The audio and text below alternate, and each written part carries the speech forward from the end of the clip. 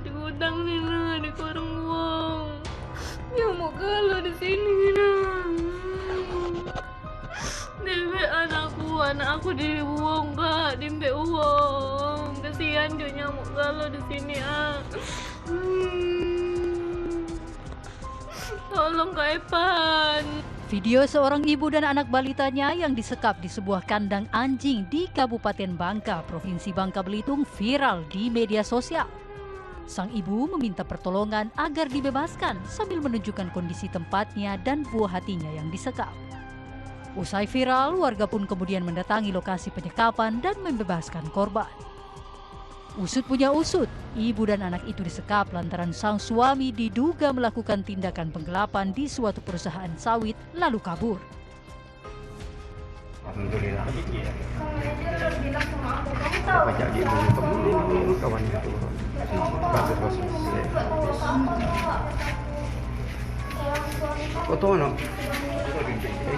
Jadi suaminya itu menggalakkan biola. Jadi suaminya di mana sekarang?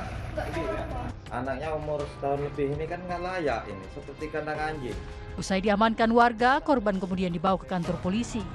Korban juga sudah menjalani pemeriksaan kesehatan dan dinyatakan dalam kondisi baik.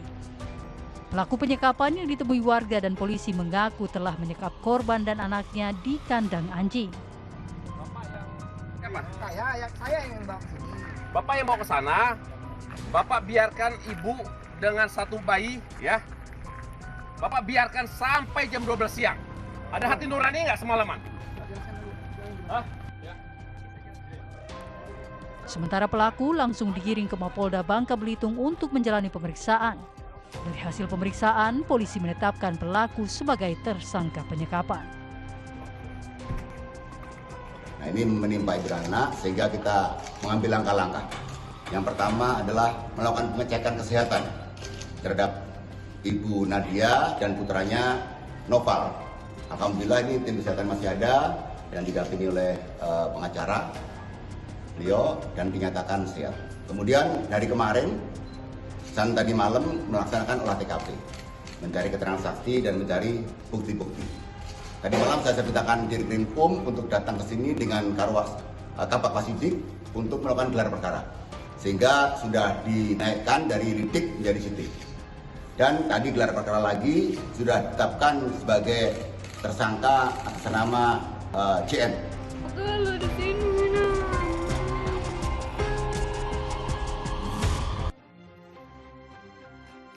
Assalamualaikum pemirsa, bagaimana kabar Anda pagi ini? Semoga sehat dan tetap semangat.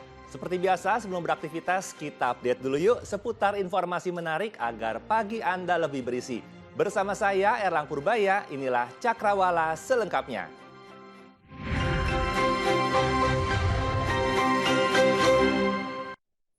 Bencana alam tanah bergerak mengakibatkan 215 rumah warga di Sukabumi, Jawa Barat rusak berat. Akibatnya ratusan warga terpaksa mengungsi karena rumahnya tak dapat dihuni kembali.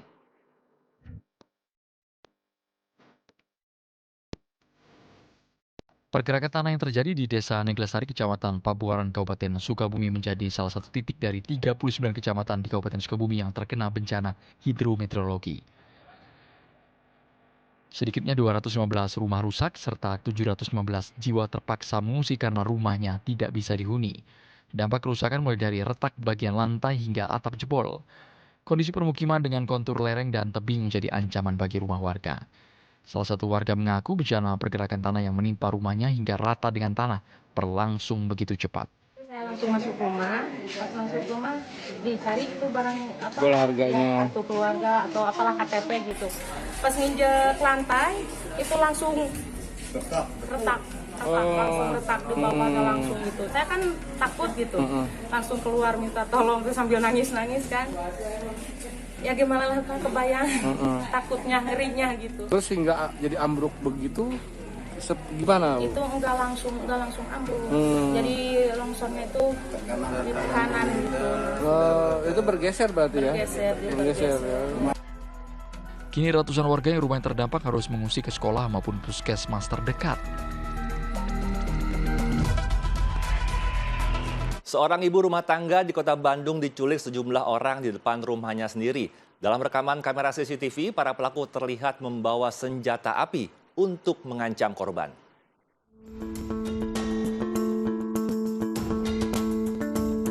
Inilah detik-detik aksi penculikan yang dialami ibu rumah tangga bernama Santi, warga Sukanegara, Kelurahan Antapani Kidul, Kecamatan Antapani, Kota Bandung, Jawa Barat, Minggu siang. Nampak dalam rekaman CCTV, korban baru saja turun membawa kendaraannya dan hendak masuk ke rumah. Setibanya di pintu gerbang, korban terlihat dipanggil seseorang. Para pelaku kemudian keluar dari kendaraan dan menodongkan pistol ke tubuh korban.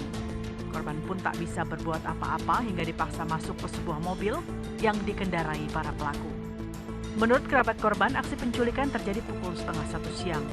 Korban saat itu sehabis pulang mengikuti kegiatan arisan yang tidak jauh dari rumahnya. Terdulu ibu ini duduk tetangga-tetangga, terakhir baru dia pulang. Datanglah mobil ngikutin. Berarti emang udah diikutin. Tahu.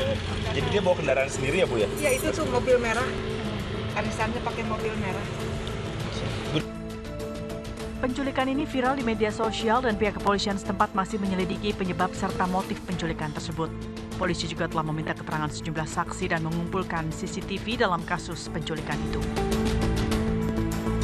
Miftah Maulana Habibur Rahman kembali menjadi sorotan publik setelah video lawasnya bersama seniman wanita Yati Pesek viral di media sosial.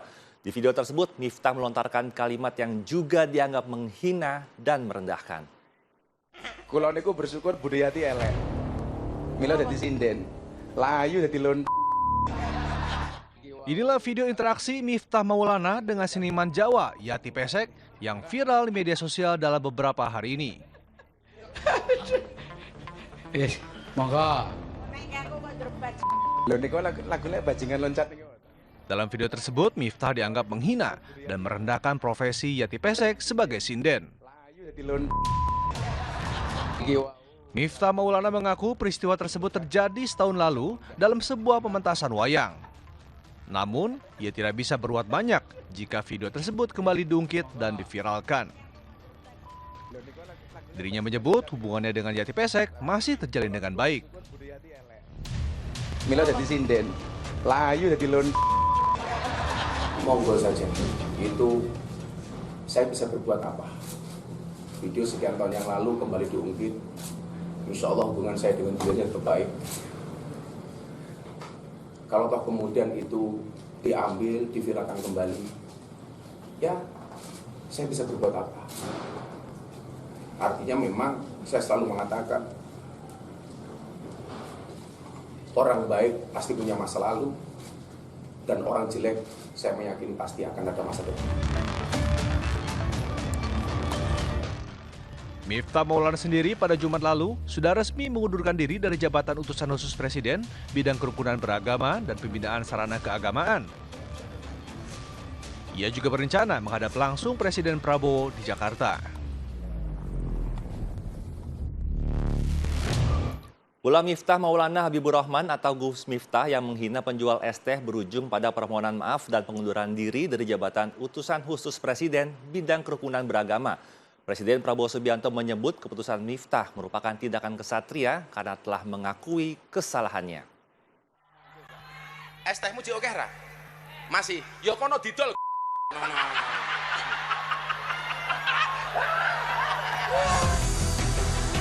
Miftah Maulana Habibur Rahman atau yang dikenal dengan sebutan Gus Miftah menuai kritikan tajam dari berbagai pihak setelah dirinya mencela pedagang es teh saat ceramah. Kata hinaan Miftah kepada pedagang es teh Sun Haji benar-benar membuat publik meradang. Kejadian yang berlangsung di pondok pesantren di Magelang, Jawa Tengah itu betul-betul menuai kecaman masyarakat. Apa nih? Bosokan nih? Borokan ki apa? Oh kon borong. Oh kon borong. Es tehmu jek akeh ra? Masih, ya kono didol.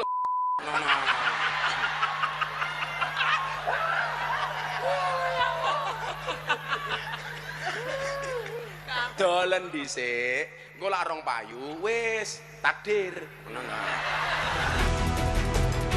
Atas kejadian tersebut, Miftah langsung mendatangi rumah penjual es teh untuk memohon maaf sambil memeluk erat Sun Haji. Saya butuh silaturahmi dengan Kang Sun Haji, kalau es viral. Iya. beliau ini sering banget ikut ngaji apa ya? Iya. Di mana-mana di Purworejo mengikuti sehingga yang saat itu niatnya guyon tapi disalah persepsikan. Tapi apapun itu, Abah minta maaf sama Kak Sol. Udah, kalau maaf dan nggak ngira ya berita. Bukan sekedar teguran dari pemerintah, desakan terhadap Miftah pun tak berhenti dari warganet sampai akhirnya Miftah mengundurkan diri dari posisi utusan khusus Presiden bidang kerukunan beragama. Setelah berdoa, bermuhasabah, dan istikharah, saya memutuskan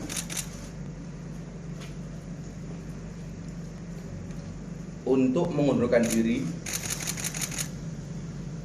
dari tugas saya sebagai utusan khusus Presiden bidang kerukunan beragama dan pembinaan sarana keagamaan. Presiden Prabowo Subianto menyebut keputusan Miftah merupakan tindakan kesatria karena telah mengakui kesalahan. Komentar saya kira itu adalah tindakan bertanggung jawab, tindakan kesatria, ya. Beliau sadar, beliau salah ucap, beliau bertanggung jawab, dan beliau mengundurkan diri. Sementara itu, simpati publik terus mengalir untuk penjual ST Sun Haji. Berbagai kalangan maupun konten kreator berdatangan ke rumah Sun Haji untuk memberikan bantuan usaha hingga uang tunai ratusan juta rupiah.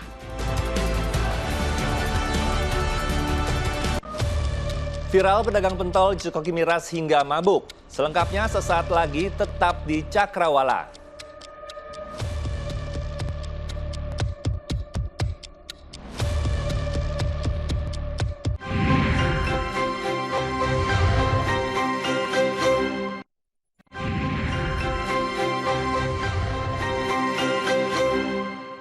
Terima kasih Anda masih setia menyaksikan Cakrawala bersama saya Erlang Purbaya. Pemirsa, akibat jalan amblas dampak dari pergerakan tanah di Cianjur, Jawa Barat. Sebuah bus nyaris terguling saat memaksa melintasi jalan tanjakan yang rusak parah. Sementara warga terpaksa harus melintasi jalan tersebut karena merupakan akses satu-satunya menuju pusat kota Cianjur.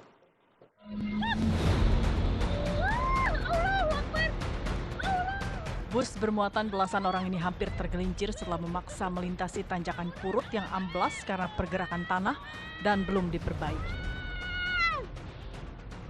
Allah, siapa bak mau kena. Bus akhirnya dibantu ditarik warga untuk tetap bisa melintasi jalan tanjakan ini. Selain bus, mobil angkutan barang juga nyaris menabrak warga saat memaksa melintasi jalan tanjakan yang ambles. Jalan tanjakan Purut ini merupakan akses satu-satunya menuju ke Cianjur kota. Warga biasanya membeli kebutuhan pokok melalui jalan ini. Namun saat terjadi pergerakan tanah di Kecamatan Kadupandak, jalan tanjakan ini ikut amblas dan nyaris putus. Namun warga tetap memaksakan kendaraan melintasi jalan ini karena tak ada alternatif jalan lainnya. Kemarin nggak kuat nanjak gitu. Terus dia lewat mana? Untuk ke Cianjur kota? Enggak, di direct lewat sini. Oh, di direct. Dipakai warga di direct. Warga diimbau untuk tidak memaksakan kendaraannya melintasi jalan tanjakan ambles ini untuk sementara waktu karena kondisi retakan jalan akan semakin lebar hingga khawatir jalan akhirnya terputus. Saat ini akses jalan kan hanya dua, Pak. Yang ke arah Cijati melalui Langgeng itu kan sudah tertutup total. Kemudian yang satunya lagi yang tanjakan Purut dan tidak ada lain. Satu lagi ke Sukabumi juga sudah tidak bisa. Jadi kalau misalkan kita paksakan Purut, ya resikonya amblas, Pak. Warga berharap agar ada perbaikan jalan tersebut secepatnya agar aktivitas warga bisa berjalan normal kembali tanpa harus khawatir saat melintasi jalan. Seorang mahasiswi di Kudus, Jawa Tengah kedapatan memproduksi dan menjual video syur di media sosial. Polisi membekuk mahasiswi tersebut usai sukses meraup jutaan rupiah.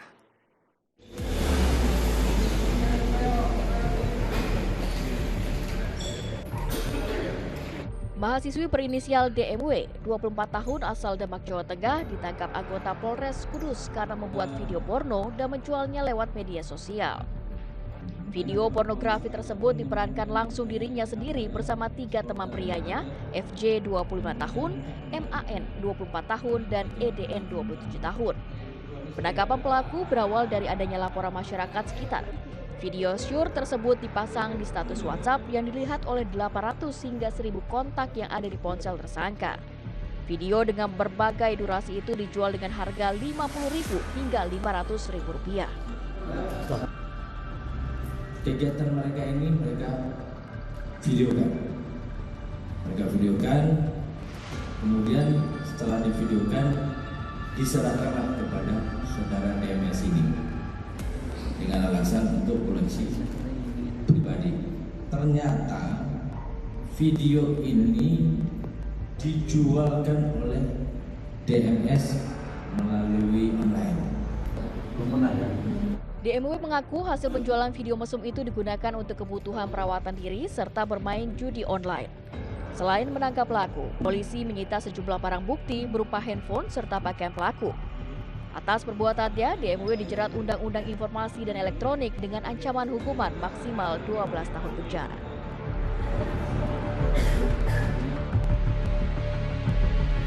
Polda Nusa Tenggara Barat mengantongi video saat Agus penyandang disabilitas mendekati korban pelecehan seksual. Rekaman tersebut telah menjalani uji forensik untuk membuktikan tersangka melakukan upaya manipulatif untuk menjerat korbannya. Akan jadi orang yang tertinggi besok. Saya bukan mengarang, buktiin kalau saya bohong. Kapanpun kamu ketemu saya, kamu bisa bunuh saya. Tapi kumohon kakak, jangan kamu buat dirimu yang tidak setengah percaya, sedikit percaya. Itu pikiranmu sekarang. Karena kamu baru kenal saya bisa baca langsung kok. Bingung kenapa saya ngomong gini. Kamu kira saya sama modus sama kayak cowok yang lain? Benar kan? Modus iya, itu gini. Buktinya dia ngerusak kamu. Gitu. Saya langsung to the point. Biar kamu tidak bilang saya ngerusak. Daka itu nanti masih sasak. Bahasa Indonesia ya. Walaupun kita berdua di kamar, saya tidak bisa apa-apa, saya masih dimandiin sama mama. Saya bukan sama kayak cowok yang lain, biar jelas. Karena cowok itu hanya manfaatin kah? Rasain, saya Hindu.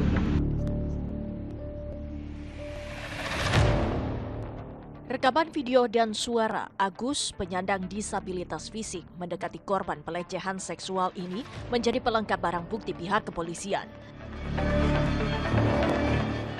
Rekaman ini diambil salah satu korban saat tersangka Agus yang tengah menjerat korban-korbannya dengan cara memanipulasi pikiran mereka.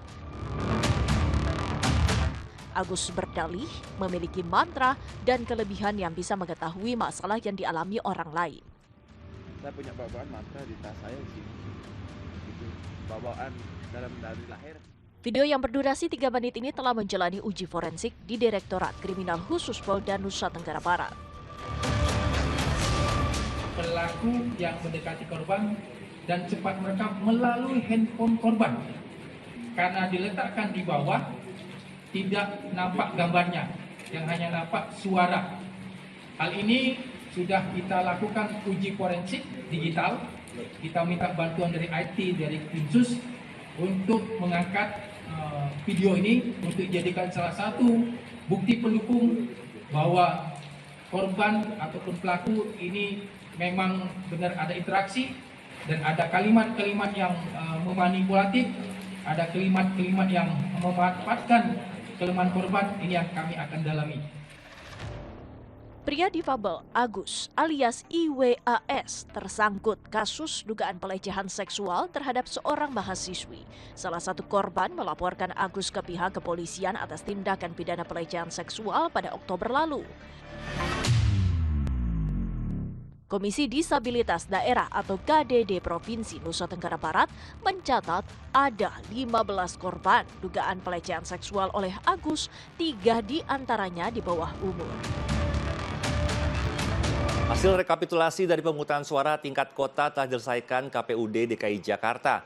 Partai Demokrasi Indonesia Perjuangan PDIP berhasil unggul dari 6 wilayah kota yang ada di Jakarta.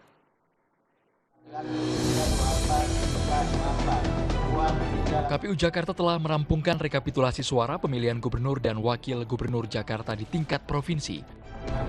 Dari 6 kota, yakni Jakarta Timur, Jakarta Pusat, Jakarta Selatan, Jakarta Barat, Jakarta Utara, dan Kepulauan Seribu, pasangan Pramono Anung Rano Karno menyapu bersih kemenangan di semua wilayah.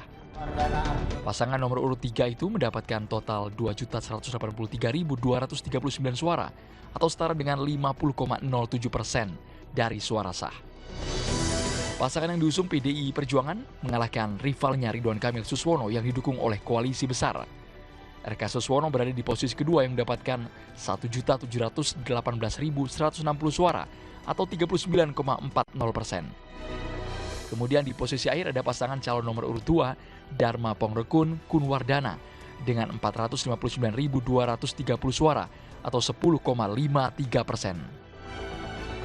Kontestasi politik Pilkada Jakarta 2024 memberikan banyak kejutan dengan terjadinya pergeseran kekuatan dukungan. Berdasarkan rekapitulasi suara, Jakarta yang sebelumnya dikuasai oleh Partai Keadilan Sejahtera (PKS) kini bergeser dikuasai Partai Demokrasi Indonesia Perjuangan (PDIP). PKS yang selama bertahun-tahun dikenal memiliki kekuatan dominan di Jakarta gagal mempertahankan posisi mereka. Lantas, apa penyebab runtuhnya dominasi PKS di Jakarta? Lalu mengapa PDI Perjuangan berhasil memenangi Jakarta? Dan bagaimana evaluasi partai untuk kedepannya? Aksi tidak terpuji dilakukan sejumlah pemuda terhadap seorang pedagang bakso pentol keliling dengan memberikan minuman keras pada pedagang tersebut. Pedagang bakso pentol itu kemudian berdagang keliling dalam keadaan mabuk di kota Ambon, Maluku. Sabar mas, sabar, minum dulu, minum.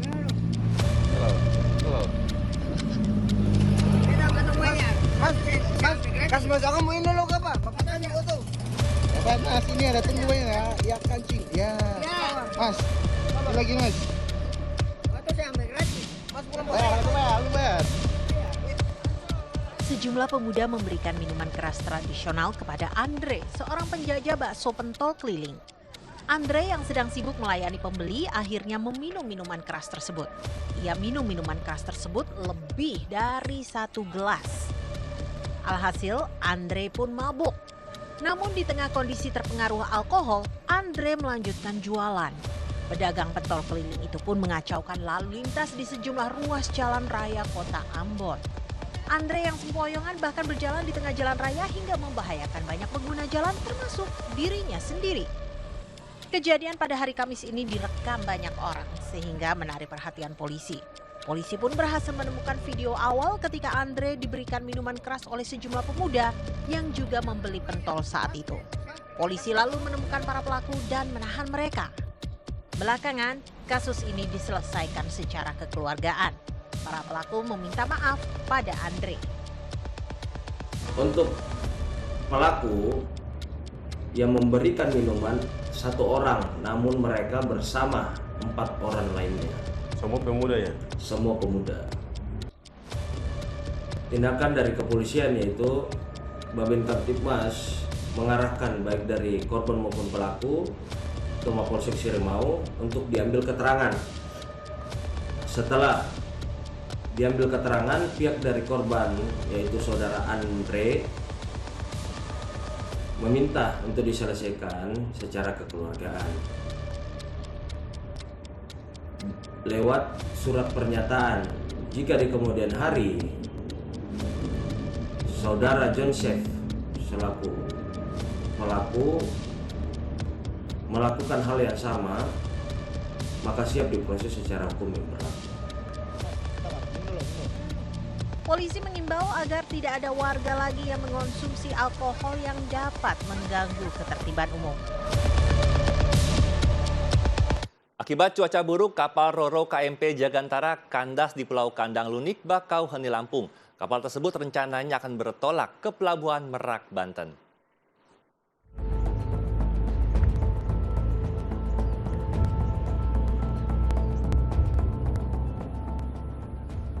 Kapal ini kandas sesaat setelah lepas sandar dari Pelabuhan Bakauheni. Cuaca buruk membuat kapal masuk ke tengah selat antara Pulau Kandang Lunik dan Kandang Balat. Tim evakuasi dari Satpol Air Polres Lampung Selatan, Ditpol Lairut, Polda Lampung, bersama petugas KSOP Bakauheni segera mengevakuasi para penumpang.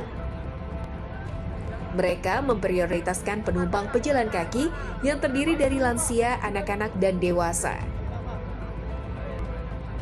Setelah seluruh penumpang dievakuasi, tim SAR akan menarik kapal tersebut dengan kapal tugboat KMP Jagantara bermuatan sekitar 350 orang penumpang dan mengangkut ratusan kendaraan.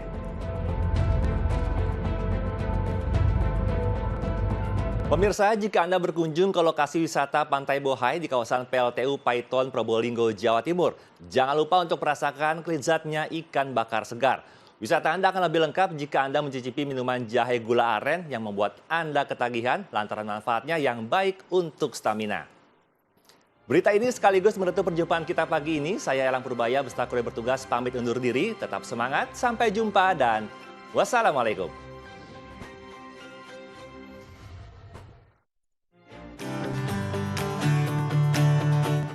Beginilah keindahan panorama wisata Pantai Bohai di kawasan PLTU Paiton, Probolinggo, Jawa Timur. Tempat ini ramai didatangi pengunjung dari dalam maupun luar Probolinggo yang ingin menikmati keindahan pantainya serta menikmati makanan khas yang menjadi sajian utama di kawasan ini, yaitu ikan bakar segara. Asyiknya, para pengunjung bisa memilih ikan segar yang disediakan, kemudian dimasak langsung di tempat.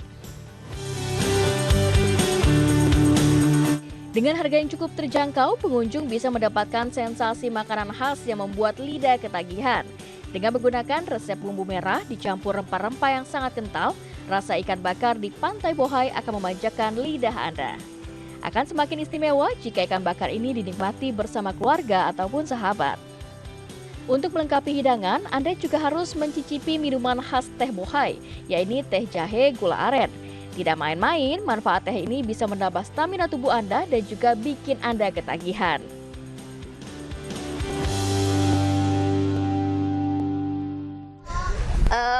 Ikan bakar di sini tuh khas ya, karena ikannya masih segar, terus rasanya itu kaya bumbunya, rempah-rempahnya kerasa banget, sambelnya enak.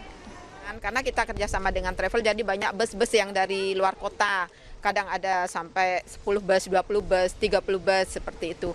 Jadi kita tidak kesulitan untuk fasilitasnya, karena parkirnya yang luas.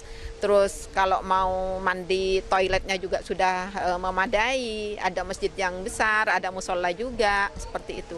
Jadi untuk meeting-meeting, atau mau snorkeling, atau mau naik speedboat, di sini ada fasilitas-fasilitas yang disiapkan di wisata Pantai Bohai.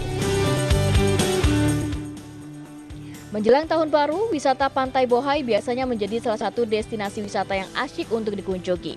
Selain tempatnya yang strategis di sepanjang jalur Pantura, Pantai Bohai juga menyediakan wisata kuliner yang istimewa.